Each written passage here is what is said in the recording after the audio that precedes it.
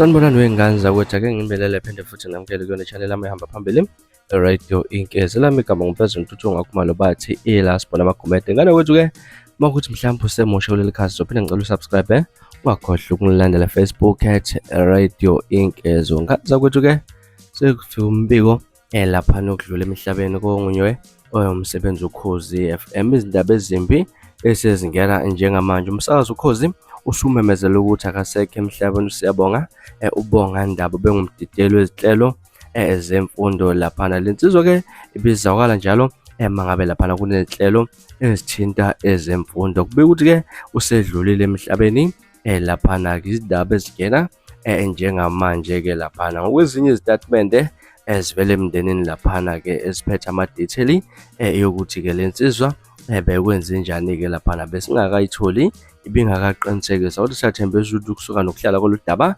soloku sinilethele lona nilithole liphelele. Okungene njalo kamazweni duduzo laphana-ke ngokudlula kwayo lensizwa emhlabeni laphana. Kade babhala laphana ey'nkundleni zokuxhumana laphana ku-Facebook-ke bathi-ke uyashona-ke kodwa kule minyaka emibili okhozini kukhona okungahambi kahle neze laphana. Omunye ubhalile-ke uthi uKhozi bazophela, may his soul rest in peace. Kumajozi Sibongo uthi ngadela kuhamba uBA lapho mina-ke wasethi rathatha sabelo Delton uthi nasiza naxosha ungizwe emchunu naye ngabe-ke senimbulele lapho Khozini FM. Sibuma phumule uthi washo uKhehlelezi ukuthi-ke kulonyaka abaningi abasakazi abazolahleka la emsakazweni uKhozi FM. Kana kwethu mhlawumbe kuthini kwako ukuphawula ngalolu daba lokushona kwabantu abasebenza emsakazweni okuphula uKhozi FM ngendlela engaqondakala. Ke sivele sihlale comment section ke ngizolwa kuvo ngalolu daba. Ngane kethu ila sponsor ngiphuma kanjena